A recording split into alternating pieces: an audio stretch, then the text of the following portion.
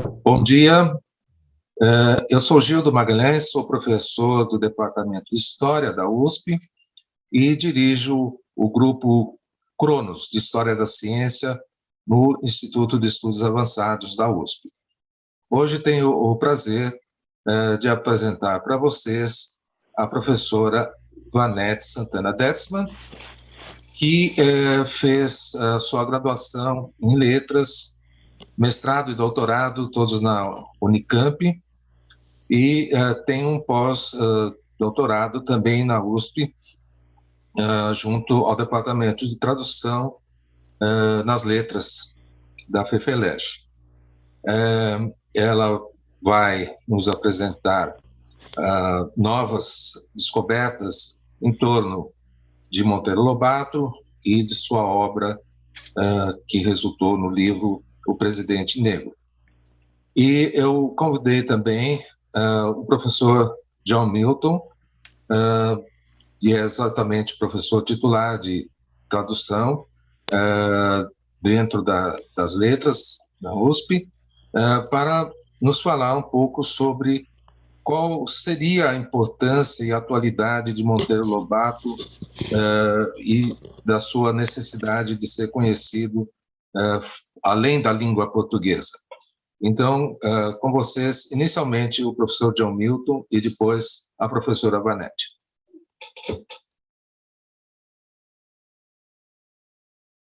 Ok. Bom dia a todos.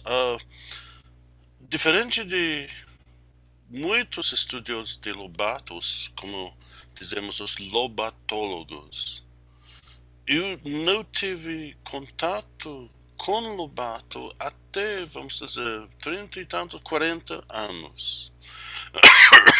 Eu vim para o Brasil em 79.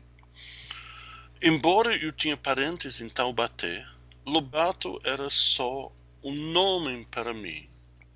Até que fui convidado para uma defesa na Unicamp e eu comecei sobre as adaptações, as traduções, especialmente de Peter Pan, de Lobato. Aí eu cheguei a conhecer Lobato e fiquei muito interessado, especialmente nas suas adaptações de Peter Pan, de Dom Quixote, das fábulas de Hans Staden, em que ele chegou a colocar suas próprias ideias por meio da Dona Benta. Por exemplo, Peter Pan sobre a crítica dele ao governo de Getúlio Vargas, em Dom Quixote sobre as maneiras de como ensinar literatura para criança, em Hans Staden uma crítica forte aos conquistadores espanhóis e também os portugueses que colonizaram o Brasil. Aí eu cheguei a pensar por que Lobato não é conhecido fora do Brasil. E eu cheguei a uma conclusão estudando a obra de Lobato, que ele fez uma burrada muito grande quando ele esteve nos Estados Unidos, quando ele tentou publicar O Presidente Negro, que foi recusado por várias editoras por seu conteúdo racista, e eu acho que ele cometeu um erro muito grande. Ele devia ter tentado publicar as histórias do Sítio do Pico-Pau Amarelo. E eu sempre penso que se ele tivesse conseguido publicar essas histórias, talvez com Disney, hoje em dia todo o mundo já conheceria Emília, Pedrinho, Dona Benta, Narizinho, Visconde, etc.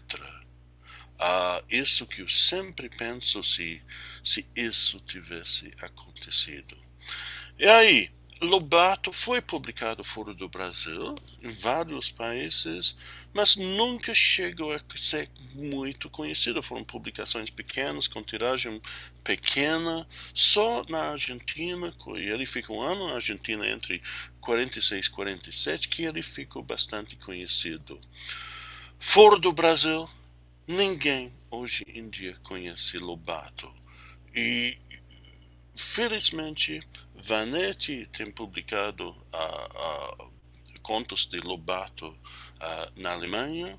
Eu dei muitas palestras fora do Brasil sobre Lobato.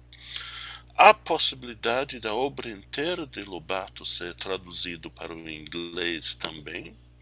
E estamos tentando divulgar Lobato fora do Brasil. Uma grande pena que ele não seja conhecido fora do Brasil, um dos escritores mais importantes brasileiros. E acho que vamos saber mais sobre a obra de Lobato agora na palestra de Vanetti. Obrigado. Então, agora, professora Vanetti. Bom dia. Eu agradeço pelo convite, é com muito prazer que eu aceito. E Lobato realmente se revela um escritor muito interessante.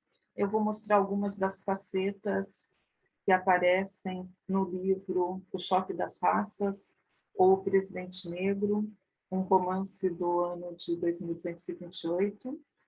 E então, para não demorar muito, eu vou iniciar o compartilhamento de tela, vou mostrar os slides, e daí eu vou apresentando os slides à medida em que eu vou apresentando as informações. Entre metafísica, distopia e mecenato. Nos Estados Unidos, após a Guerra de Secessão, 12 de abril de 1861 a 9 de abril de 1865, muitas pessoas que haviam sido escravizadas emigraram dos estados sulistas para os estados do norte. Com o passar do tempo e a chegada de uma nova geração, a situação tende a mudar. Os cidadãos norte-americanos de etnia negra se organizavam em torno de associações que defendiam direitos iguais aos dos cidadãos de etnia branca, tais como a Associação Nacional para o Progresso das Pessoas de Cor, era a expressão que usavam na época, Colored People, a NAACP, na sigla em inglês, e a Liga Nacional Urbana, NUL, na sigla em inglês. Havia, escolas regulares, universidades e instituições diversas que ofereciam cursos profissionalizantes para os cidadãos da etnia negra e começaram a ser criadas, a partir de então, em maior número. Inclusive, escolas para as mulheres, possibilitando que se tornassem, por exemplo, professoras, enfermeiras e cabeleireiras. Lélia College, Tuskegee Institute e Fisk University são apenas alguns exemplos. Dentre as mulheres negras, surgiram também feministas, tais como Fanny Berry Williams, que, mais do que lutar pelos direitos dos cidadãos de cor, para usar a expressão que usavam na época, como se autodenominavam, exigiam para as mulheres direitos iguais aos dos homens e denunciavam a preferência de homens negros por mulheres de pele mais clara como um comportamento racista. Há homens em nossa própria raça, e eles são uma legião, que preferem se casar com uma mulher por sua cor do que por seu caráter. O padrão de beleza da época era a garota Gibson, um desenho de Charles Dana Gibson. No fim do século XIX, uma filha de ex-escravizados que não teve acesso à educação e recebia $1,50 por dia de trabalho como lavadeira, tentava criar sua filha adolescente enquanto convivia com a baixa autoestima provocada pela queda de cabelos, pobreza e falta de perspectivas. Trata-se de Sarah Breedlove. Ela abriu sua primeira fábrica em casa, produzindo artesanalmente uma pomada para cabelos crespos.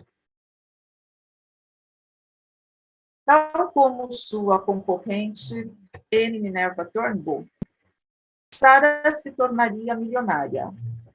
Ao falecer em 1919, entre seus bens constavam fábricas, escritórios, salões de beleza, casas, prédios de apartamento, carros, móveis com design exclusivo, obras de arte, peles, diamantes e outras joias no valor total de aproximadamente 9 milhões de dólares em valores atuais. Sua residência ficava em Inverton, Nova York, onde tinha vizinhos milionários como a família Rockefeller. Seu falecimento foi noticiado tanto pela imprensa voltada para a comunidade negra, quanto pelos principais jornais da época, The New York Times, Le Figaro e La Liberté. O artigo enviado pela Associated Press às redes de rádios e jornais a apresentava como a mulher mais rica do mundo, que acumulara uma fortuna de mais de $1 milhão, em valores da época, com a venda de um restaurador capilar. Mais do que criar um império neste segmento, Sarah Breedlove, a Madame C.J. Walker, lutou pela elevação do status social da comunidade negra norte-americana ao financiar associações de defesa de direitos igualitários e instituições de ensino para cidadãos negros e a oferecer trabalho para homens e mulheres negras. A despeito disso, pairava sobre sua imagem a ideia de que ela promovia o alisamento capilar. Isso era mal visto por uma parcela da comunidade negra e ridicularizado por parte da comunidade branca. Dubois, presidente da Associação Nacional para o Progresso das Pessoas de Cor, a NAACP, tentou corrigir a falsa imagem negativa que a imprensa criara para ela. É dado a poucas pessoas o poder de transformar um povo em apenas uma geração. No entanto, isso foi feito pela falecida Madame Walker. Ele acrescentou que o uso de pente de metal aquecido era a parte menos importante da técnica de tratamento capilar por ela desenvolvida. Ele também ressaltou a importância do tratamento capilar para a fixação de bons hábitos de higiene e a elevação da autoestima das mulheres negras. Mesmo assim, nas décadas que se seguiram, Madame C.J. Walker se tornou sinônimo de alisamento capilar. A despeito disso, ou justamente por isso, a Madame C.J. Walker Company se tornou uma sólida indústria, chegando ao ano de 1981.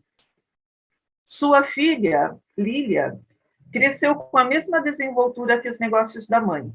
Começou trabalhando na manufatura e comercialização dos produtos, tornou-se cabeleireira no primeiro salão que elas inauguraram, instrutora para as novas funcionárias e fundadora de uma rede de escolas profissionalizantes. Em 1913, Lilia se mudou para Nova York, onde instalou o mais luxuoso salão de cabelos dos Estados Unidos, o Walker Hair Parlor, no Harlem, e construiu o Palacete Villa Levaro, em Inverton. Quando a Madame C.J. Walker faleceu, Lilia estava cuidando dos negócios na América Central. Então, retornou para Nova York e decidiu se casar e se dedicar mais aos negócios do que aos saraus literários.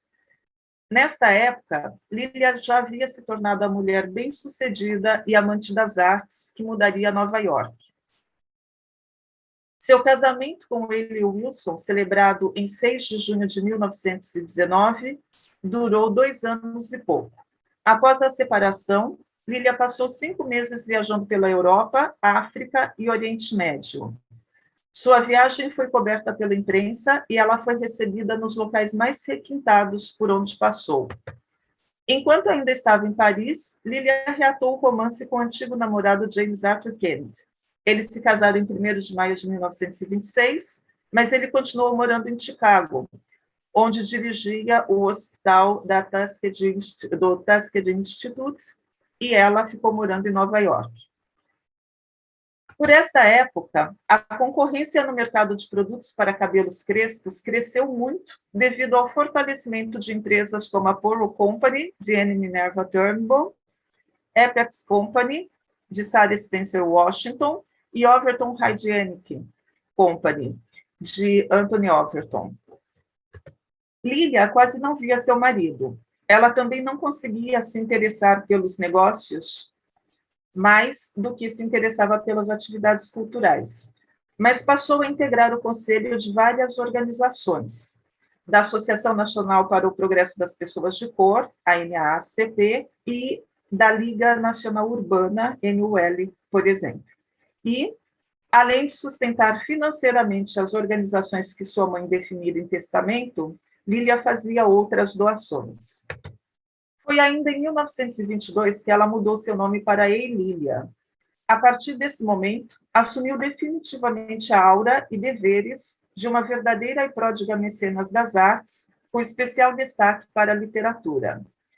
Vila Levaro e seu apartamento, localizado sobre o Walker Hair Parlor, se tornaram os principais pontos de encontro dos romancistas, poetas, dramaturgos, editores, atores, cantores, músicos e dançarinos, em uma época em que o Harlem se abria para as novas formas de arte e todo tipo de liberdade, cristalizando um movimento cultural e social genuíno, conhecido como Harlem Renaissance.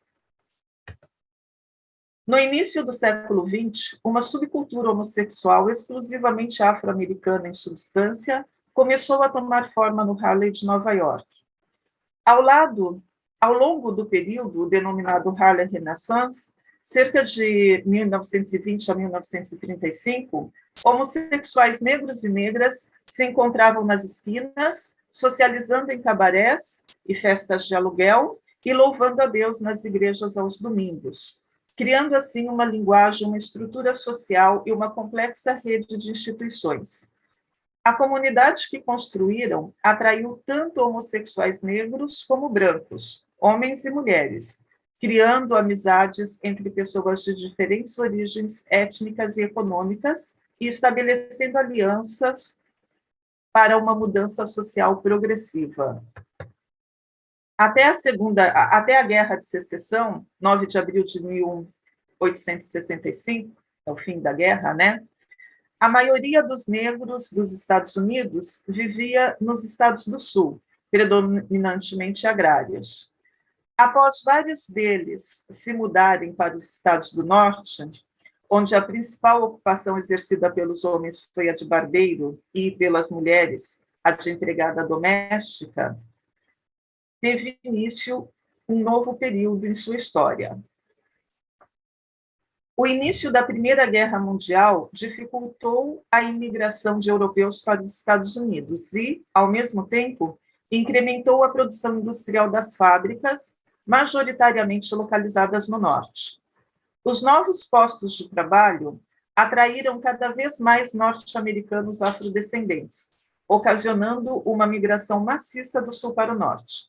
Assim surgiram simultaneamente os grandes centros urbanos, Chicago, Detroit, Buffalo e Nova York, e as grandes comunidades de negros que os alimentavam. Este evento socioeconômico é conhecido como a Grande Migração. A região que mais os atraiu, porém, foi o Harlem, que se tornaria a meca dos afro-americanos de todo o mundo nos anos 20 e 30. Havia professores negros, empresários negros, policiais negros e até milionários negros. Chamavam-se os Novos Negros. O Harlem era sua capital e manifestavam uma nova militância e orgulho. Os militantes negros tinham sido tratados com certo respeito e um sabor de quase igualdade enquanto estiveram na Europa durante a Primeira Guerra Mundial. As suas experiências influenciariam as suas expectativas quando voltaram para casa. A participação no esforço de guerra tinha dado a toda a comunidade negra um sentimento de envolvimento no processo americano e a levou a exigir seu lugar na corrente dominante da vida americana. No plano sociopolítico, enquanto alguns líderes negros, Marcus Garvey, por exemplo, defendiam que os afrodescendentes deveriam voltar para a África, outros, de Bois, presidente da Associação Nacional para o Progresso das Pessoas de Cor, e Charles Johnson, presidente da Liga Nacional Urbana, por exemplo, defendiam que os afro-americanos deveriam se integrar à sociedade norte-americana. No plano sociocultural, os novos negros criaram no Harlem um movimento até então inaudito que se manifestou na música, o jazz, literatura e nas artes cênicas e plásticas. A explosão resultante da criatividade autoconsciente africana passou a ser conhecida como Harlem Renaissance e teve profundo impacto no desenvolvimento subsequente das artes nos Estados Unidos. As festas do Harlem eram variadas. Havia, por exemplo, a festa de apartamento buffet, que ocorria em apartamentos privados, regada a muita bebida. Os apartamentos buffet surgiram no fim do século XIX para alojar viajantes negros que não encontrassem hospedagem nos hotéis de proprietários brancos. Nos anos 1920, tornaram-se um ponto de encontro frequentado por celebridades como Cole Porter e Gary Grant. Os tipos mais comuns, porém, era a festa de aluguel. Tal como o blues, as festas de aluguel chegaram aos estados do norte com a grande migração. No caso do Harlem, poucos dos novos moradores pertenciam à classe média ou alta, e dar uma festa de aluguel era um meio de angariar recursos. Neste caso, um morador simplesmente alugava uma casa por uma noite a alguém que queria dar uma festa. Uma variação desta modalidade eram as festas organizadas pelo próprio morador, que cobrava ingresso dos convidados. Enquanto o jazz era tocado na sala, bebidas eram vendidas na cozinha. Assim, em qualquer noite de sábado, dezenas de festas em que os participantes não conheciam os anfitriões eram oferecidas no Harlem. Além disso, as noites do Harlem também eram animadas por reuniões literárias. As mais requintadas eram as oferecidas por Eilília nas noites de quinta-feira na Vila Levaro, mas as improvisadas em seu apartamento no Harlem eram as mais lotadas. Dentre seus frequentadores habituais, encontravam-se seus amigos mais próximos, com destaque para Carl van Vechten, famoso escritor, crítico de música e fotógrafo branco, colega do tradutor e crítico literário Isaac Goldberg e do principal editor de literatura da época, Alfred Abraham Knopf.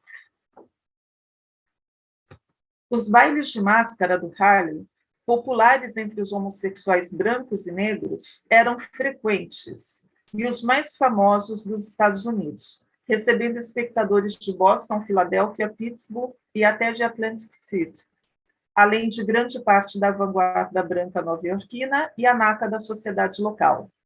Os principais bailes de máscara eram os realizados no Royal Palace Rockland, com 6.000 lugares, e os do Clube Savoy Ballroom, que promovia um concurso de beleza em que travestis vestidos a caráter disputavam o título de rainha do baile. Por fim, havia no Harlem clubes para todos os gostos. O tipo mais popular, entre 1920 e 1933, período em que o comércio de bebida alcoólica esteve proibido, o período da lei seca, era o Speakeasy, uma espécie de pub. O mais famoso deles foi o Little Savoy, mas atualmente o Cotton Club é muito conhecido. No Harlem havia também conhecidos pontos de encontro para travestis, tais como a Edmond's Adega, o Lulu Bellis e a Clam House. Os homossexuais negros mais requintados se encontravam no Hot Cha. Em seus palcos, as mulheres negras bissexuais e lésbicas encontravam liberdade e aceitação. Josephine Baker, por exemplo. Eilília, também bissexual, de seu trono em Vila Levaro, regia o mundo das artes, proporcionando a homens e mulheres negras possibilidades no mundo dos espetáculos e da literatura até então inimagináveis. Ela era a parte mais viva e ativa do animado e glamuroso movimento Harlem Renaissance. Apreciava a companhia dos escritores e artistas de espírito livre e já havia desenvolvido amizades de longa data com muitos deles. Ela se sentia confortável no meio dessa multidão.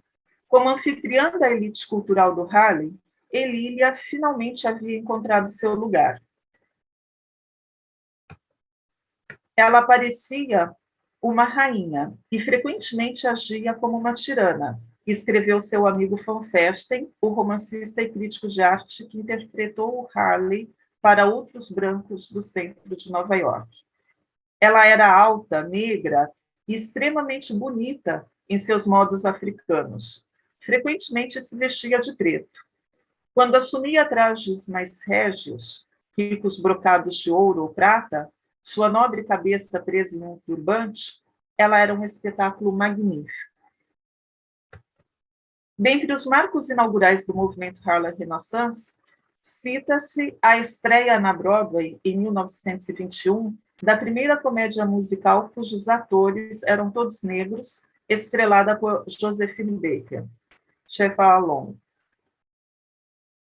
Esperava-se que esta revolução cultural na esfera da literatura, música e artes críticas e artes cênicas e plásticas estreitasse as relações interraciais nos Estados Unidos, executando a tarefa na qual a política falhara. Tal objetivo foi ao menos parcialmente alcançado na Nova York da década de 20, em grande parte graças a Eilília. Em sua lista de convidados frequentes se encontravam tanto pessoas negras quanto brancas. Dentre os convidados internacionais, aparecem da Libéria o presidente Sidi Bikin, da França, a princesa Violette Murat, da Inglaterra, o Visconde Churchill, da Rússia, o príncipe Bezomniski e até membros da família Rothschild. No início de 1926, Eilília passou a se mover tão livremente entre seus conhecidos brancos do centro da cidade, quanto entre seus amigos negros do Harlem. Mas poucos amigos, brancos ou negros, eram tão próximos dela no final dos anos 20 quanto Carl Van Vechten. Até os 40 anos, Van Vechten havia sido um crítico de música bastante conhecido em Nova York, mas em 1922 passou a se dedicar à literatura. Filho de um dos financiadores da Piney Branch School, uma escola para crianças negras no Mississippi, Van Vechten se orgulhava de ser destituído de preconceitos e viver em um ambiente de harmonia racial que desejava que alcançasse a sociedade em geral. Não é de se surpreender que sua maior alegria foi popularizar os artistas do Harlem. Não se tratava simplesmente de uma questão de preferência estética. Ele gostava mesmo das pessoas. Em seu apartamento, prevaleceu uma amizade racial e sexual quase utópica, com bom vivant de todas as cores, bebendo e dançando juntos, mesmo nos dias de semana. Por isso, ele se tornou sinônimo do que foi classificado como negrofilia na época, ao ponto de os turistas curiosos que vagavam pelo Harlem serem chamados de Van Vechten.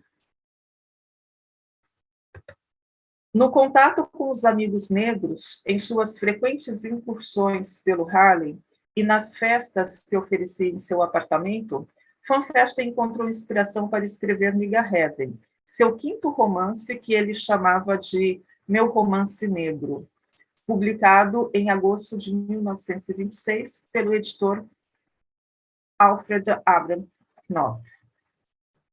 Nigga Heaven é um melodrama sobre os traços mais deploráveis da vida do Harlem. O título, O Céu dos Negros, em tradução livre, vem de uma expressão coloquial e, obviamente, pejorativa, usada entre algumas pessoas brancas para se referirem à galeria dos teatros, cujos assentos, menos confortáveis, eram reservados para as pessoas negras na época em que elas eram proibidas de se sentar ao lado de pessoas brancas. Até o pai rotariano do autor se opôs ao título. Se você está tentando ajudar os negros, como eu tenho certeza de que está, escreveu ao filho, acho que cada palavra que você escreve deve ser respeitosa para com eles. Van Vechten definitivamente não seguiu o conselho de Mr. Charles Daniel Van Vechten. Tanto o título quanto o interior de Nigger Heaven são marcados por uma linguagem sarcástica e irônica. Mas a maior ironia é que Van Vechten emprega nas falas dos personagens negros o dialeto característico dos negros do Harlem à época, ou seja, a linguagem sarcástica e irônica empregada foi cunhada justamente pelos negros. Nem por isso Knopf se recusou a publicar o livro Nigger Heaven, que não foi bem recebido por uma parte do público leitor negro, mas o fato de que este público pudesse não gostar do livro também não constituiu um empecilho em agosto de 1926 para sua publicação. A protagonista, a Dora, foi inspirada em Eilia. A ousadia de Van Vechten Knopf foi bem recompensada. A primeira edição de Nigger Heaven colocou 16 mil exemplares nas livrarias, que logo se esgotaram. Para saciar o público, 13 novas edições foram sucessivamente esgotadas. Nigger Heaven se tornou o primeiro best-seller da história do livro nos Estados Unidos, e é até hoje o romance mais lido do movimento Harlem Renaissance. Imediatamente após a primeira edição, foi traduzido para 10 idiomas e tornou Eilia a mulher mais famosa e comentada de Nova York, dentro e fora dos Estados Unidos. Quanto ao tema principal do livro, resumia-se a uma discussão sobre a questão negra, o que fazer com os negros nos Estados Unidos após o fim do sistema escravocrata, quando eles haviam se tornado um problema, já que, na visão dos brancos, não eram mais úteis ao sistema. Este fato também não impediu a publicação do livro. Um ano após o lançamento do livro, em outubro de 1927, Eilia abre ao público em geral os saraus improvisados em seu apartamento, inaugurando sobre o Walker Hair Parlor o Dark Tower, um centro cultural informal para artistas jovens e seus apreciadores brancos e negros, onde se podia desfrutar de requintada culinária. A inauguração foi um sucesso e reuniu mais de uma centena de pessoas. Em uma das paredes, um tradicional soneto intitulado From the Dark Tower, do jovem poeta Kent Callan, anunciava as vozes emergentes dos escritores negros. Na parede oposta, sobre o fundo dourado, o poema premiado de Langston Hughes, The Weary Blues, aparecia em letra caprichada. Em sua autobiografia, The Big Sur, publicada em 1940, Hughes se refere a Eilia como a deusa da alegria do Harlem dos anos 20.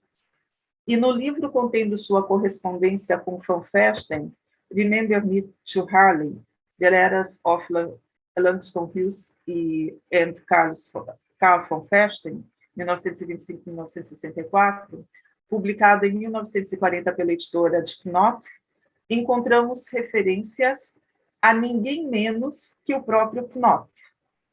Em uma carta datada de 13 de maio de 1925, Van Vechten escreve o seguinte a Hughes: suas cartas são tão encantadoras, caro Langston, que anseio todas as manhãs por encontrar uma debaixo da porta. Tive sorte durante a última semana.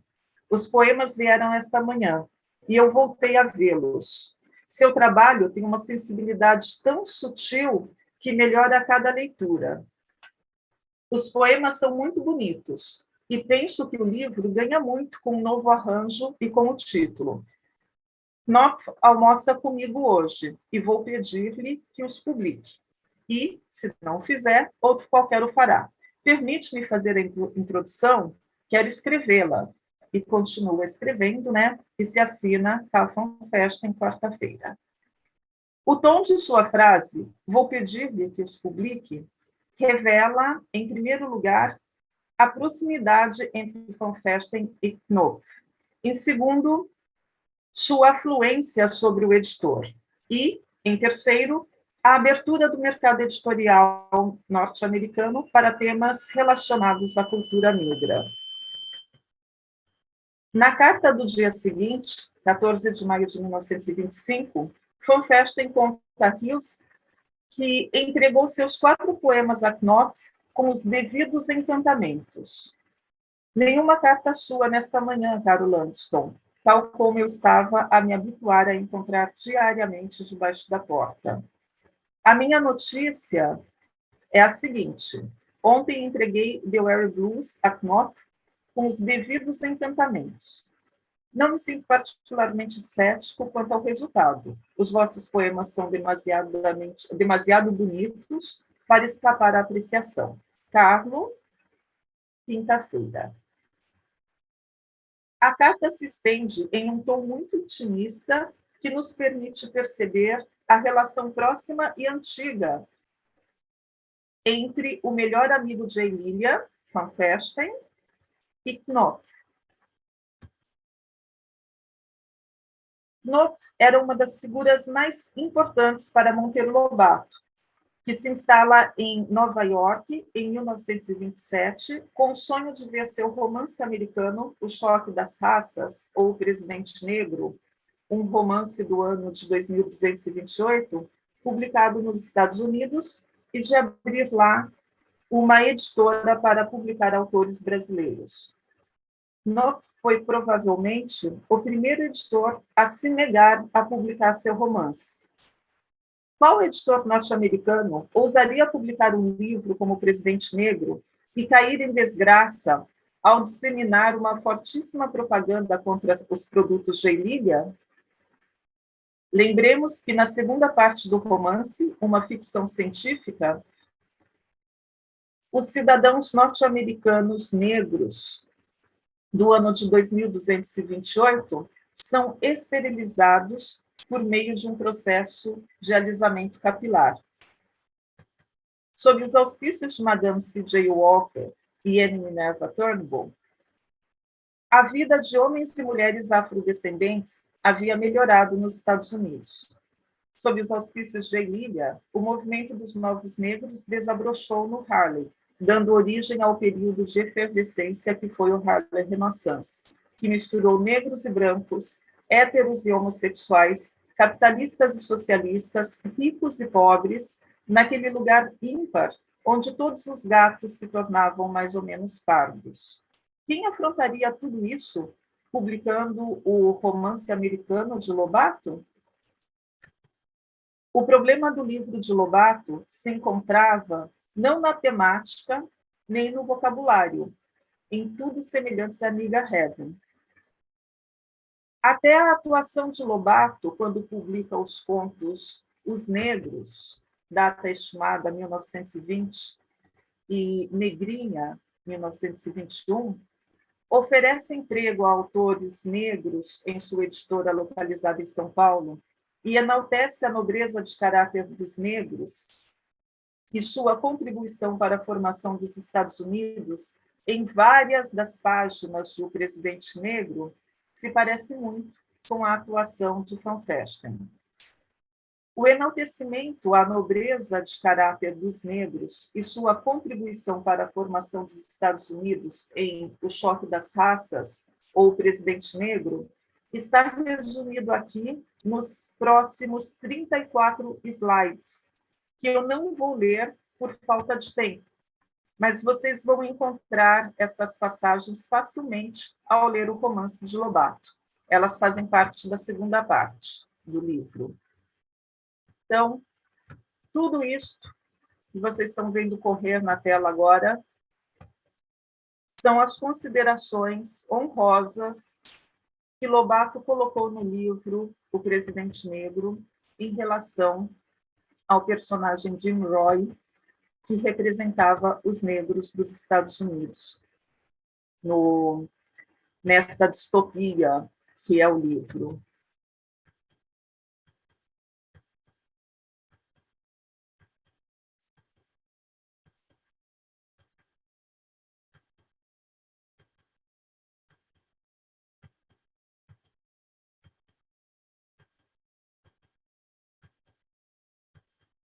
Eu analiso cada uma destas passagens num livro que eu publiquei recentemente.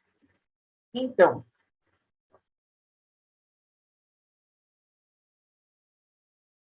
o Lobato ativista, que já tinha atacado o sistema escravocrata e a violência com que os negros eram tratados no Brasil mais de uma vez, lembremos dos contos Negrinha e os Negros, dedicou um romance inteiro a defender os negros dos Estados Unidos, começando com a mensagem de que somos todos iguais, ao antecipar a teoria das cordas, e encerrando-a com a defesa da manutenção de nossas características naturais, por exemplo, a manutenção do cabelo crespo, no caso dos negros. Estilo é como rosto, cada qual possui o que Deus lhe deu. Procurar ter um certo estilo vale tanto como procurar ter uma certa cara. Sai máscara fatalmente. Essa horrível coisa que é a máscara. Essa é a fala, uma das falas, né, da personagem Miss Jane. E agora eu vou, então, fazer um parênteses nessa história toda para falar um pouquinho sobre a teoria das cordas, como ela aparece no interior do livro de Lobato, escrito em 1926. Eu vou ler, então, os trechos do livro que se referem a esse tema. O Dr. Benson é o cientista desta ficção científica, né? E o Ayrton está lá na casa do Dr. Benson, hospedado, e o Dr. Benson tenta explicar para o Ayrton todas as invenções que ele, Dr. Benson, havia desenvolvido, e também explicar para Ayrton a sua concepção de mundo, a sua concepção de vida. E numa destas explicações aparece a teoria das cordas. O Dr. Benson diz: a vida na Terra é um movimento de vibração do éter, do átomo, do que quer que seja uno e primário, entende? Ele está usando o termo éter aqui com o mesmo sentido que os físicos da antiguidade usavam. Éter no sentido de o princípio universal. O Ayrton responde: estou quase entendendo. Já li um artigo no jornal onde um sábio, provavelmente referência a Einstein, provava que só há força e matéria, mas que a matéria é força, de modo que os dois elementos são um, como os três da Santíssima Trindade também são um. Não é isso, Dr. Benson? Mais ou menos. Nomes não vêm ao caso. Força, éter, átomo, denominações arbitrárias de uma coisa una, que é o princípio, o meio e o fim de tudo. Por comodidade, chamarei éter a esse elemento primário. Esse éter vibra e, conforme o grau ou intensidade da vibração, apresenta-se-nos sob formas. A vida, a pedra, a luz, o ar, as árvores, os peixes, a sua pessoa, a firma Sapato e companhia, modalidades da vibração do éter. Tudo isso foi, é e será apenas éter. Esta é a teoria das cordas, só que os cientistas atuais usam como metáfora a corda e o Lobato usou como metáfora o éter. Então, o éter aqui no romance aparece como elemento primordial, a base e essência de tudo que existe, a coisa da qual todas as coisas que existem são feitas. E, de acordo com o Lobato, neste romance, o éter vibra, e ao movimento provocado por sua vibração se chama vida. ou seja, a menor partícula do universo, independentemente do nome que ela receba, vibra. Na década de 60, uma equipe de físicos chamou a esta menor partícula corda. Eles disseram que a menor partícula do universo é uma corda, que existem várias cordas, e todas as cordas que compõem o universo são idênticas, mas apresentam diferentes padrões vibratórios, que são percebidos como diferentes vibrações. A vida na Terra e tudo mais é um movimento de vibração do éter, do átomo, do que quer que seja uno e primário. Se os cientistas atuais querem chamar a este elemento corda, que seja. A teoria já estava lá no livro de Monteiro Lobato, em 1926. Portanto, mais de 30 anos antes de os cientistas a desenvolverem e apresentarem à comunidade científica. Mas daí o Lobato vai mais fundo, ele vai bem mais longe do que os cientistas. Ele diz o seguinte, aqui, reproduzindo a fala do Dr. Benson: mas não há somente éter no mundo. Se só houvesse éter e fosse de sua essência vibrar, a vibração seria uniforme e tornaria impossível a manifestação de formas de vida. Seria o estatismo eterno. Ayrton: sei, um zum, zum, zum. Um zum, zum. Uma zoada de não acabar mais. Dr. Benson: muito bem, está compreendendo. A vibração do éter, pois, sofreu a interferência. Sabe o que é interferência? Ayrton: uma coisa que se insinua pelo meio. Intrometer a colher torta na conversa dos mais velhos deve ser, cientificamente, uma interferência. Dr. Benson: perfeitamente. Sofreu a interferência do que cá, no vocabulário que criei com minha filha, chamo o interferente. Isto de palavras não tem importância, como já disse, só vale a ideia. O interferente poderá para outros ter o nome de Deus, por exemplo, ou de vontade. Os filósofos que filosofam com palavras passam a vida inteira a debater qual a melhor palavra a aplicar ao meu interferente, como se palavras jamais esclarecessem alguma coisa. Ayrton: vai indo muito bem, professor. Há o éter que vibra e há o interferente que se mete no meio. Dr. Benson: isso interfere e provoca a vibração, a variação vibratória. Essa variação que cria correntes que se chocam umas com as outras, modificam-se e dão origem a todas as formas de vida existentes. A vida, pois, não passa da vibração do éter, modificada pela ação do interferente, concluí glorioso. Bom, voltando à época em que o Lobato escreveu isto, encerrando aqui o comentário sobre a teoria das cordas, Eilília, porém, jamais aprovaria a publicação de um livro que aparentemente se colocava contra o alisamento de cabelo.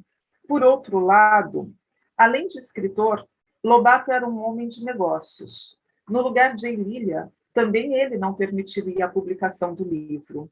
Em outros tempos, antes do desabrochar da cultura negra nos Estados Unidos, antes do movimento Novos Negros e Harlem Renaissance, seu romance americano talvez tivesse sido aclamado por Du Bois e pelo próprio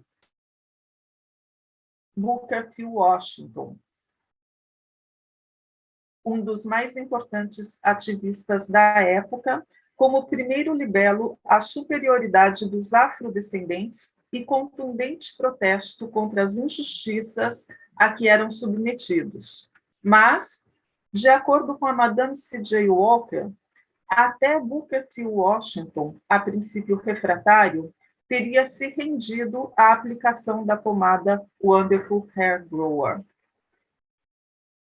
A despeito de todas estas mudanças positivas que os Estados Unidos experimentavam nos anos 20, os linchamentos de afro-americanos, em sua maioria, e de brancos, homens e mulheres, continuavam ocorrendo, embora em menor número e mais restritos aos estados sulistas. Mas as primeiras recusas à publicação do romance americano de Lobato se configuraram de modo tal que Lobato precisava acreditar na indignação dos editores, que podiam mesmo se sentir ofendidos perante a possibilidade de se imaginar que eles fizessem parte de uma sociedade capaz de praticar a perversidade apresentada no livro. Para quem não leu o livro ainda, tal perversidade é justamente a esterilização dos afrodescendentes negros, dos afrodescendentes norte-americanos que viviam neste futuro 2228.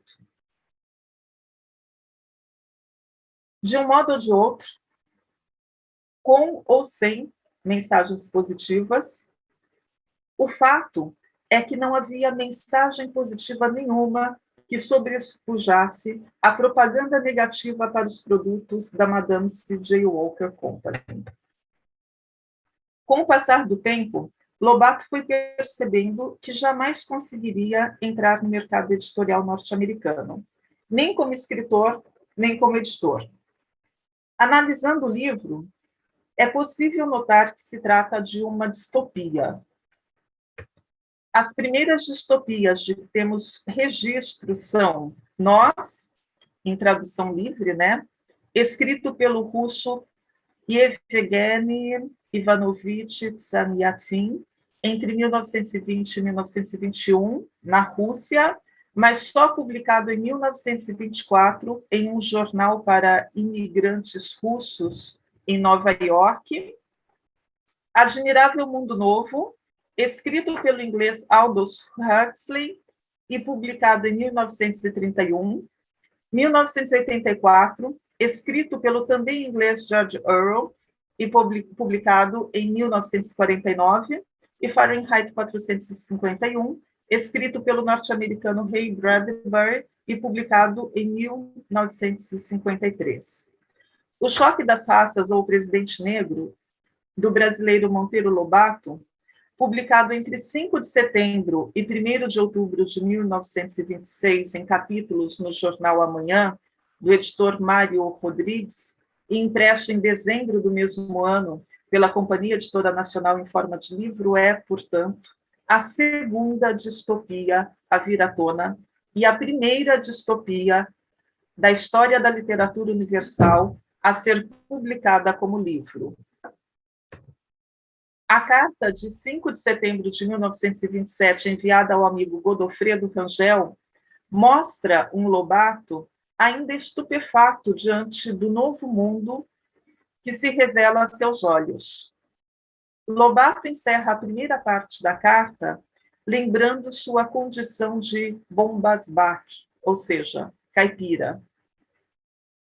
Então, a estupefação, na segunda parte da carta, cede lugar à melancolia e nostalgia, quando Lobato revela a Rangel que havia lido a carta no metrô enquanto passava no fundo do rio Hudson. Ao responder à carta do amigo, em momento posterior, é possível perceber que, enquanto a lia no metrô, seu corpo estava em Nova York, mas sua mente se encontrava na Pequena Passos, no interior de Minas Gerais, contemplando Rangel, que, por sua vez, contemplava um Jatobá. Pelas palavras de Lobato, também é possível perceber que ele se encontrava triste diante da constatação de que nascera cedo demais, antes que o teletransporte fosse inventado e lhe possibilitasse se transportar de corpo e alma para Pequena Passos, naquele exato instante em que lia a carta de Rangel.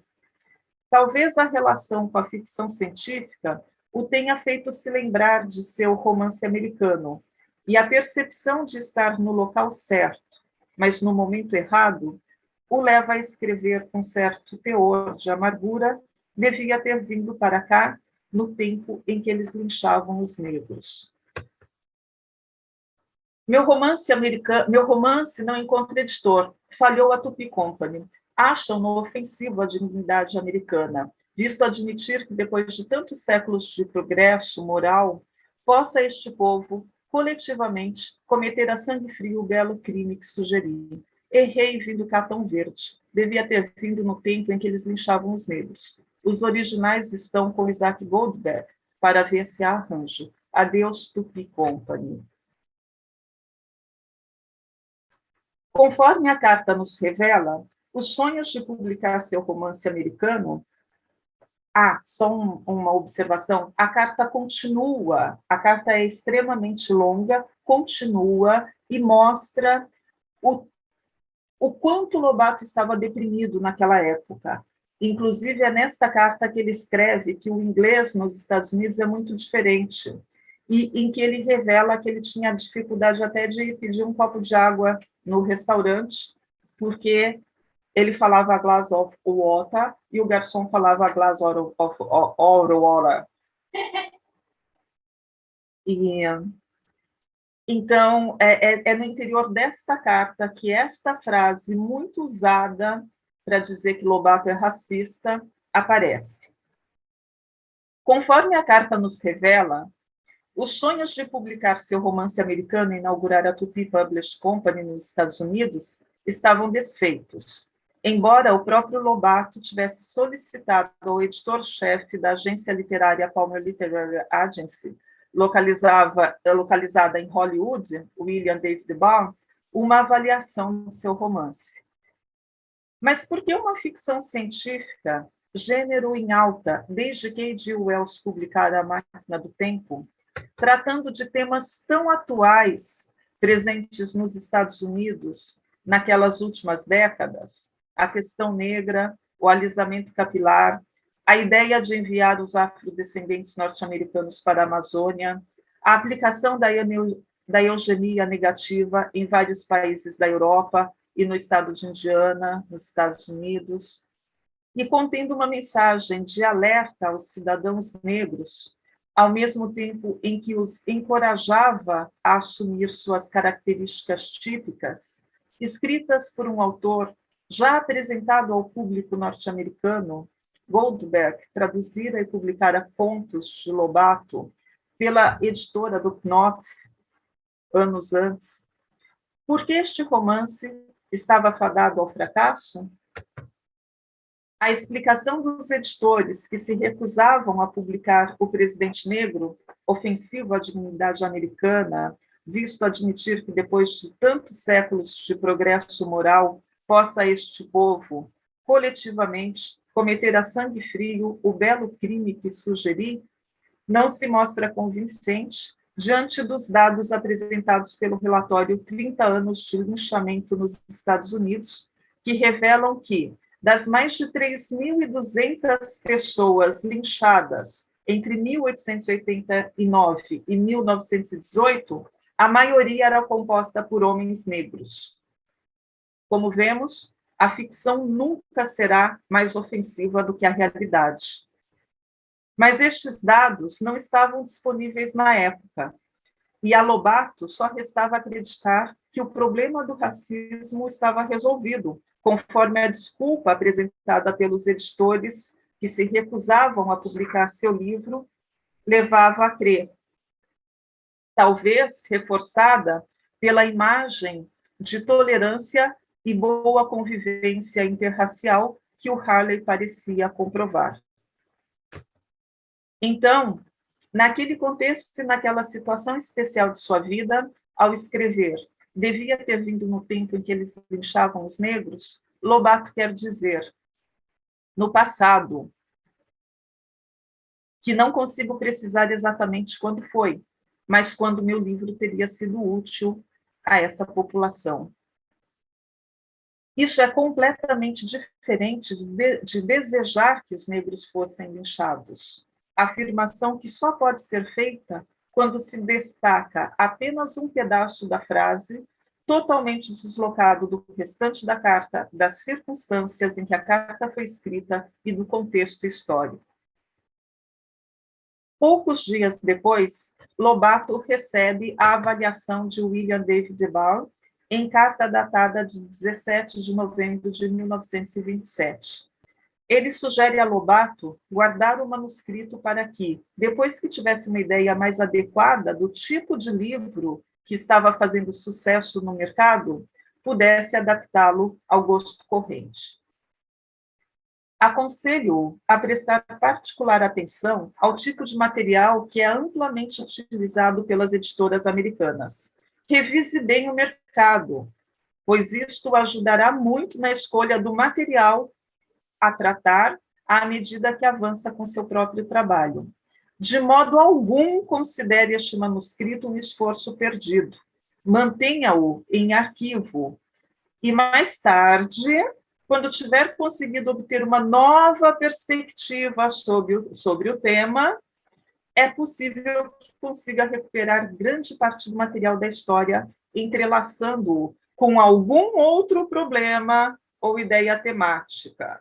Ou seja, depois que você souber o que está acontecendo nos Estados Unidos, retire do seu livro essa parte aí em que pessoas negras são esterilizadas pelo tratamento capilar.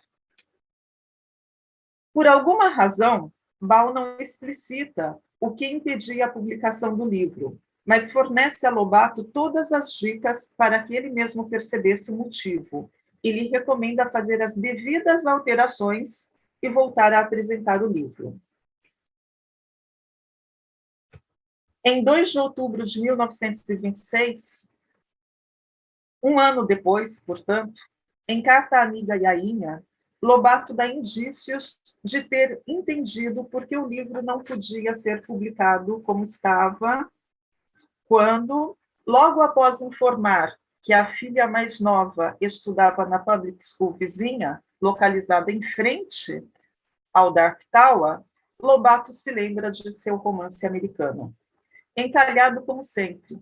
O curioso é que esse livro foi traduzido em francês e está sendo dado por partes por uma revista francesa. Mas para a América não serve, sou hoje o primeiro a convir. Necessita de uma séria remodelação que nunca me animo a fazer por falta de entusiasmo. Finalmente, após suas incursões pela vida noturna no Harlem, que detalha na mesma carta, entendera e aceitara que o livro não serve para a América. Por essa mesma época, Home to Harlem, de Claude McKay, um novo sucesso ao estilo de Nigger Heaven, acabara de ser publicado. Embora icônico, o romance de Van Vesten não seria o último, nem foi o primeiro do gênero. Em 1925, já fora publicado The New Negro, An Interpretation, e Harlem Mecca of the New Negro, ambos de Alan Leroy Luke. Em 1924, Prancing Nigger, de Ronald Farnborough, e, em 1922, Nigger, de Clement Woods, comprovando que a questão negra era o principal tema do mercado editorial norte-americano na época. Se uma propaganda como aquela em que o livro do Monteiro Lobato parece se converter contra os produtos da empresa da Eilia chegasse às páginas do jornal The New York Times, os negócios de Eilia e o próprio movimento em defesa dos cidadãos norte-americanos afrodescendentes correriam sério risco. O New York Times, classificado pela bisneta de Eilia, a escritora Eilia Bundles, em 2001, como um jornal reconhecidamente racista, não perdia nenhuma oportunidade de tripudiar sobre a comunidade negra, usando a preocupação com a estética, sobretudo com relação ao cabelo, para menosprezá-la. Por exemplo, em um artigo de 1959, de 1859, o New York Times relatou, ironicamente, os percalços que um senhor Hodgson, que o jornal denominava o grande desencrespador de cabelo africano, passou. De acordo com o artigo, o homem havia alugado um salão no centro de Manhattan para demonstrar um novo processo de alisamento capilar. Depois que Hodgson aplicou sua cocção aquecida a um lado de uma cabeça lanhosa, termo pejorativo para se referir aos cabelos crespos, relatou o jornal, os caracóis apertados de repente ficaram lisos como a perna de um guaxinim, tão lustrosos quanto as costas molhadas de um castor e com vários centímetros de comprimento. Os espectadores se tornaram caóticos quando uma mulher na plateia declarou que não abandonaria sua corrida para conseguir cabelos lisos. E por aí vai a matéria publicada pelo New York Times. Posteriormente, em um texto que Bundles classifica como irônico e sarcástico, o New York Times acusou o editor do jornal New York Age, um homem negro, de falta de orgulho racial pelo fato de ele vincular propaganda de alisantes de cabelo em seu jornal. De acordo com Bundles, o New York Times não tinha moral para julgar o New York Age, pois em 1919, quando sua tataravó faleceu, a Madame C.J. Walker, o New York Times ainda usava o termo negress para se referir às mulheres da etnia negra. Este termo, negress, era extremamente pejorativo. E foi o único jornal, dentre os inúmeros mundo afora que noticiaram o falecimento de Madame C.J. Walker, a se referir a ela como a negress alisadora de cabelo. Mais importante do que antecipar a teoria das cordas, a televisão, a internet, o e-mail, o SMS, o Twitter, o WhatsApp, o home office e outras modernidades de que ainda não dispomos, o poviroscópio, a radiosensação, o teatro onírico, a linha psicofônica, a central para receber a comunicação dos espíritos, chamada no livro Psycho World Company, o jornal para divulgar notícias do mundo dos desencarnados, chamado no livro Intermundane Herald, e até o desdobramento anatômico, o presidente negro nos deixa duas lições básicas. Antes de passar às lições, eu vou explicar o que são estas invenções que aparecem lá na ficção científica do Monteiro Lobato.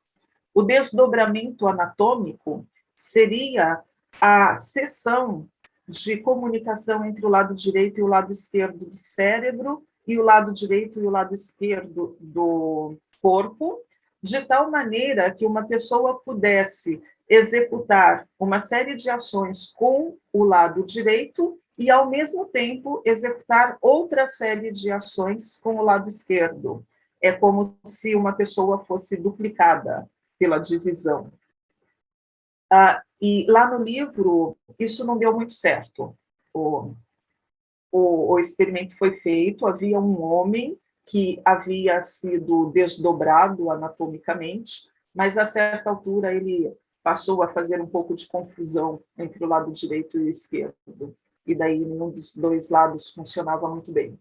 O porviroscópio é essa máquina de ver o futuro, que era formada por várias outras maquininhas que são apresentadas lá no interior do livro. A radiosensação é a possibilidade de experimentar sensações à distância. Então, ao invés de ir até um local, comprar um charuto, voltar para casa, sentar e fumar o charuto, seria possível experimentar a sensação de estar fumando o charuto sem fumar o charuto. O teatro onírico, outra invenção que aparece no interior do livro, é aquilo que aparece também no filme do Wim Wenders, em português se chama Até o Fim do Mundo, uma máquina que consegue filmar os sonhos, e depois nós podemos assistir o que nós sonhamos nesse teatro onírico.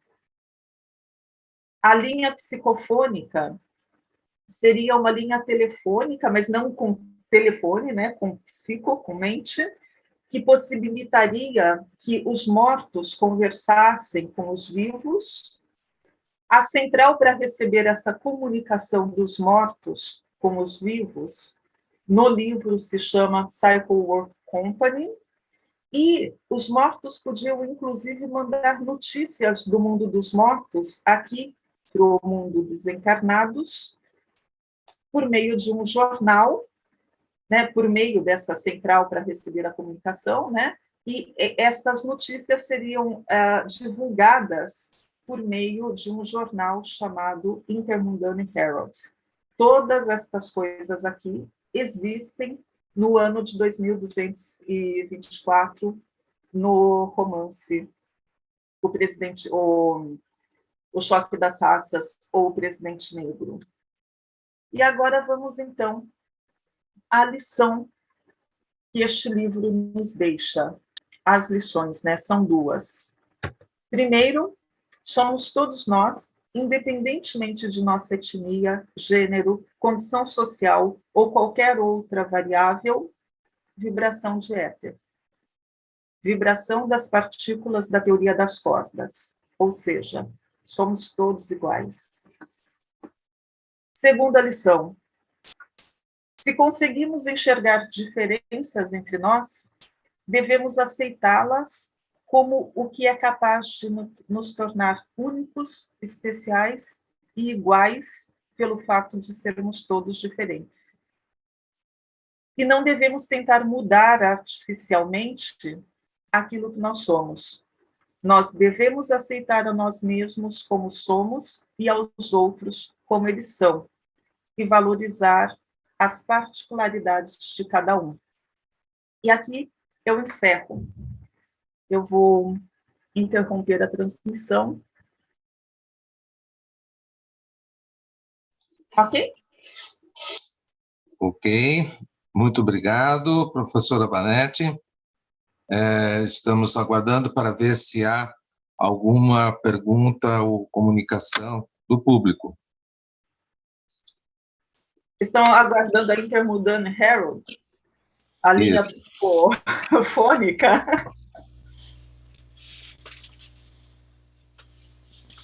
Enquanto isso, eu gostaria de fazer uma pergunta.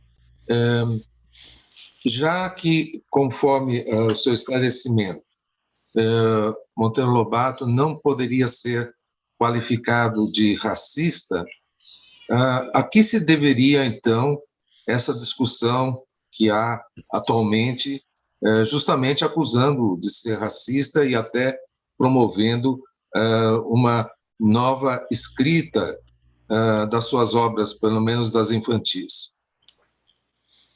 Bom, no caso da obra infantil, o Lobato usa muitos termos que eram comuns naquela época. E há pessoas hoje dizendo que estes termos devem ser retirados da obra, ou dizendo coisas piores ainda, dizendo que estes termos caracterizam a obra de Lobato como racista. Eu já escrevi um artigo sobre isso, inclusive um deles vai ser publicado agora no livro da segunda jornada Monteiro Lobato, a jornada do ano passado, mas eu nem vou falar muita coisa sobre este tema, não. Eu vou só pegar aqui o título, o nome desta associação que defendia, uma das associações, havia várias, havia mais de uma centena de associações que defendiam os negros nos Estados Unidos nos anos 20. Uma delas a NAACP, que foi fundada pelo Dubois, que é um dos principais ativistas. Ele é negro e é um dos principais ativistas a favor dos negros nos Estados Unidos, criou esta associação e chamou a associação de Associação Nacional para o Progresso das Pessoas de Cor, Colored People. Hoje, dizer que uma pessoa é de cor é considerado racismo. Mas o Dubois deu este nome para o movimento em defesa dos negros que ele criou. Nós vamos dizer que o Dubois era racista porque ele chamou o movimento de... Ele usou o termo pessoas negras no nome do movimento? Nós vamos dizer que o movimento da Associação Nacional para o Progresso das Pessoas de Cor, desculpe, pessoas de cor, né? Para as pessoas de cor. Nós vamos dizer que esse movimento era racista porque ele tinha como título o termo pessoas de cor? Não é melhor nós analisarmos o conteúdo, ao invés de ficarmos discutindo os termos, e principalmente discutindo os termos sem levar em conta que estes eram os termos normais adotados na época? Além disso, se fala que na obra infantil de Lobato manifesta preconceito contra a tia Anastácia, por exemplo, contra os personagens negros. Porque tia Anastácia, Lobato a chama de a boa negra, a chama às vezes de a negra, mas principalmente porque chama de boa negra, querendo dizer que Lobato estava dizendo que os negros são, a priori, maus e que aquela era uma exceção, aquela era negra, porém era boa. Mas Lobato está dizendo isto ou ele está representando ali a sociedade da época, a mentalidade da época e os termos que as pessoas da época usavam? Quando Lobato escreve A Reforma da Natureza, isso foi durante a Segunda Guerra Mundial, foi antes de a guerra terminar, ele imagina que no final da guerra vai haver um concílio, como houve no final da Primeira Guerra, para se buscar uma forma de não se voltar mais a fazer guerras, para os estadistas procurarem uma forma de viver em paz a partir de então. Então, Lobato imagina que neste concílio estejam presentes todos os grandes estadistas do mundo, incluindo-se entre eles o Hitler e o Mussolini. E na história que o Lobato imagina, no mundo que o Lobato imagina, a tia Anastácia, a negra, é convidada para vir aqui para a Europa, para a França, para participar desse concílio e dá aos estadistas, Hitler, Mussolini, Churchill e outros, conselhos para preservar a paz, porque a característica que o Lobato acredita a tia Anastácia, que a torna elegível para vir aqui ser conselheira de Hitler e de Mussolini, é o fato de ela ter bom senso. Se Lobato fosse racista, ele iria imaginar um mundo em que tia Anastácia, uma negra, dá conselhos a Hitler e a Mussolini? Os exemplos são muitos. Basta as pessoas lerem e elas vão encontrar vários exemplos que comprovam que o Lobato não era racista e que a obra do Lobato não é racista. O que está acontecendo é que as pessoas estão lendo, pensando elementos isolados, por exemplo, muitos dos elementos que são usados para dizer, muitos não, né? 2 elementos, porque não há muitos. 2 elementos que são usados para dizer que Lobato era racista é aquela frase da carta que ele escreve para o Rangel dizendo que devia ter ido para os Estados Unidos no tempo em que os negros eram linchados. O que ele está dizendo é, eu cheguei tarde demais aqui com esse livro. Esse livro hoje não tem mais serventia nenhuma nessa sociedade em que o negro já tem uma posição de destaque na sociedade. Este livro teria feito sentido antes, quando eles eram linchados. Então, as pessoas precisam aprender a ler, e as pessoas precisam ler o texto do começo até o fim. Não ler uma frase e já sair falando sobre essa frase completamente deslocada do contexto. Aí tem a questão também da eugenia, que dizem que Lobato era simpatizante da eugenia. Dizem até que ele que ele pertenceu à Sociedade Eugenista de São Paulo. Não há nenhum documento que comprove que ele tenha pertencido a essa sociedade, e mesmo que tivesse pertencido, as pessoas precisam saber que o eugenismo tem duas facetas. Existe um lado, uma corrente eugenista que é negativa, sim, que prega que as pessoas precisam ser artificialmente moldadas para que elas tenham o comportamento e a aparência e o nível de inteligência que alguns grupos acham que sejam os aceitáveis e bons. Esta é a eugenia negativa, que foi praticada na Alemanha durante o período entre guerras e durante a Segunda Guerra, mas que foi praticada pela Noruega, Suécia e Dinamarca até 1977. Estes países que hoje são apresentados como modelo para o mundo, em termos de sociedade, aplicaram esse tipo de eugenia até a época em que eu já era nascida, em que eu já me entendia por gente. E, no entanto, essa sociedade hoje, esses países são apresentados como modelo. A que custo? E disto, essas pessoas que acusam Lobato de ser racista não falam. Porém, existe um outro lado positivo que vai dar origem ao que hoje nós chamamos de sanitarismo, que é essa eugenia sanitarista mesmo, a eugenia no sentido de vamos interferir artificialmente para que a sociedade tenha uma vida melhor. Por exemplo, vamos vacinar a sociedade. O tifo mata, vamos vacinar as pessoas contra o tifo. Isso é uma prática eugenista. Vacinação é uma prática eugenista, dessa eugenista positiva que visa a proteger a sociedade, que visa a dar às pessoas melhores condições para enfrentar doenças, por exemplo. Isso é eugenia. E as pessoas que ficam acusando Lobato de ser eugenista não pensam também nesse aspecto da eugenia. Lobato era eugenista, sim, neste segundo sentido. Tanto que, no livro, ele não era eugenista no primeiro sentido. Tanto que, no livro O Presidente Negro, ele mostra justamente o efeito nocivo da aplicação da eugenia naquela sociedade que é retratada no livro no ano de 2228.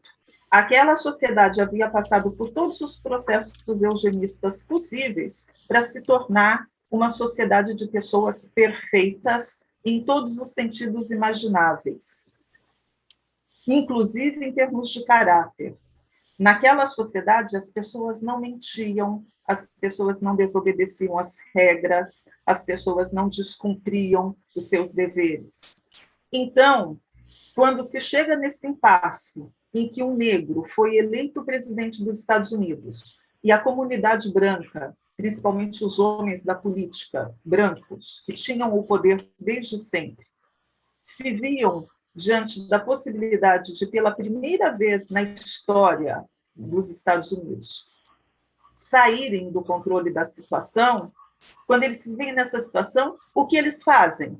Eles não podem desrespeitar a Constituição, eles não podem desrespeitar o resultado da eleição, eles não podem mentir, eles não podem matar aquele homem que foi eleito, como se faz muitas vezes, ou se fez, né, em alguns lugares, por onde a gente conhece, né, da história do passado. Então, o que os personagens daquele livro fazem?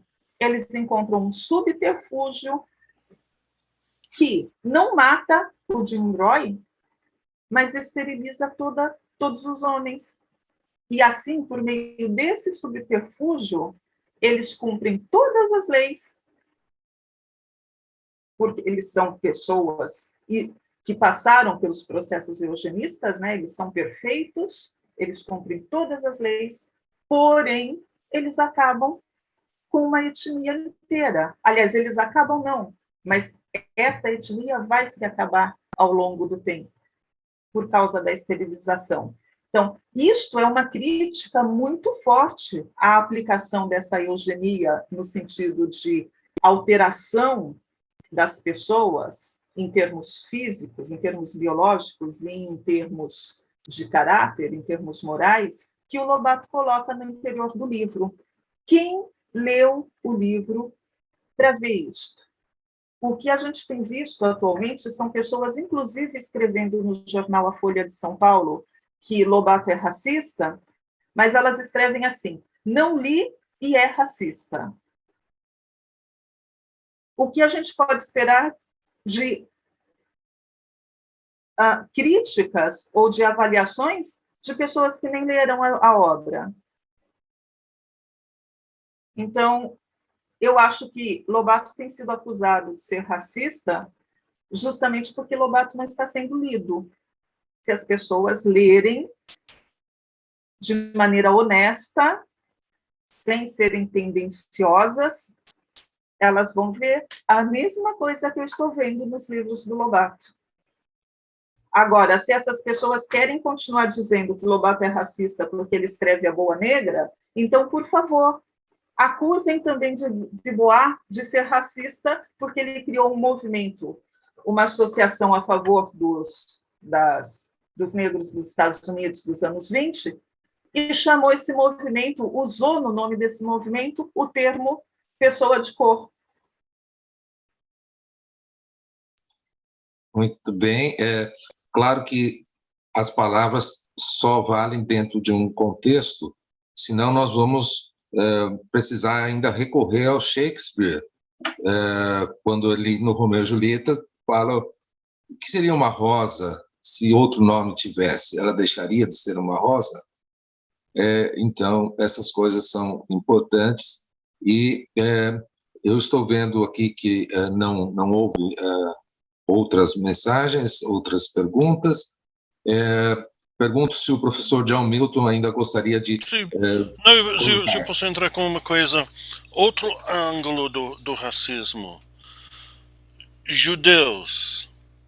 Num certo momento, Lobato escreve que ele vai pegar um judeu para traduzir o Presidente Negro. Deve ter sido Isaac Goldberg. E Marisa Lajolo escreveu um artigo muito interessante sobre a tradução dos contos de Lobato para o inglês, feitos por Isaac Goldberg. E ela escreve que foi impossível para ele. Ele tinha muito conhecimento da literatura latino-americana. E parece que naquela época tinha pouca gente que tinha o conhecimento que ele tinha sobre a literatura latino-americana. Mas ele não conseguiu emprego de professor permanente na Universidade de Harvard ou outra universidade, e a razão que Marisa Lajolo dá é o fato que ele era judeu. Então a gente vê outro elemento racista, a impossibilidade, a dificuldade de judeus entrarem em certas profissões, por exemplo, as universidades Ivy League. Se eu posso fazer contar um pouco anedota, eu tinha um amigo aqui no Brasil que jogava cricket comigo, Edward Leake, de família judaica. E a família dele era de minha cidade, Birmingham, e o pai dele não conseguiu entrar no clube de golfe mais chique em Birmingham porque era judeu acabou fundando outro clube de golfe. Isso deve ter sido, vamos dizer, nos anos 50, 60 do século passado. Então, esse é outro ângulo, essa aparência do tradutor judeu que não conseguiu entrar na Universidade Ivy League. John, sobre isso,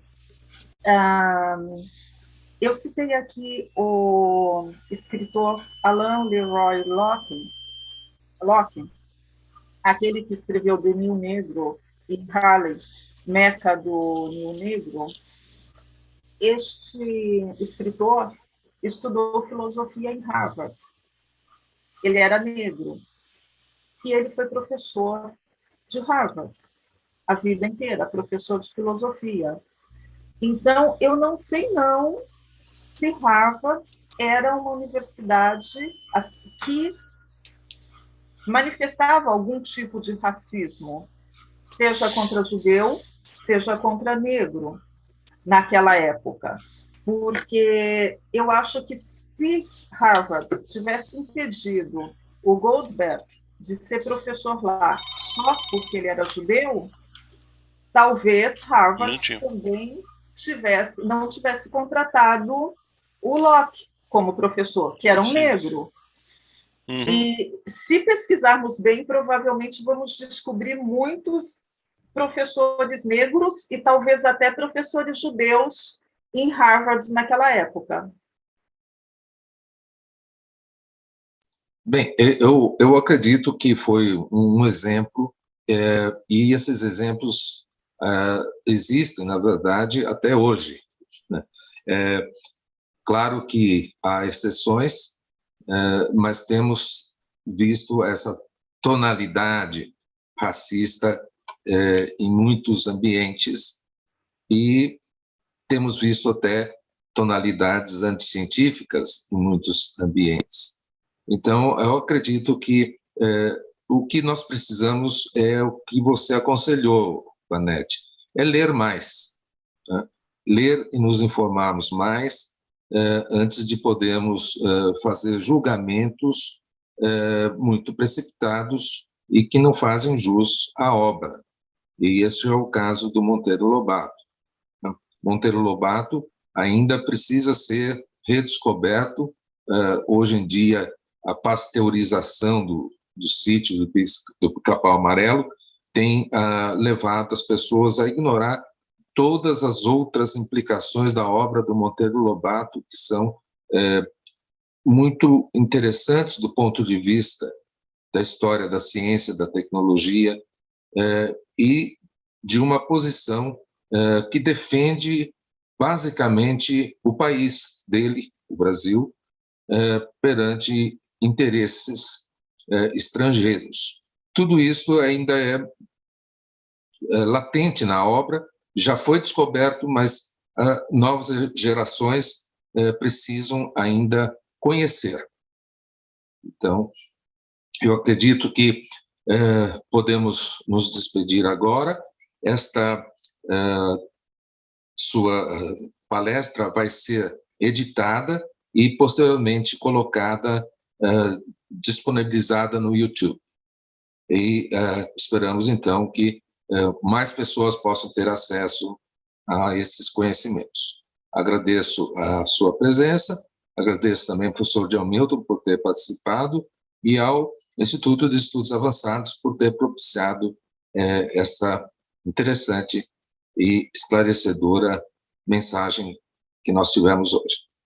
Então, me despeço aqui e desejo a todos um bom dia. Obrigada, eu que agradeço.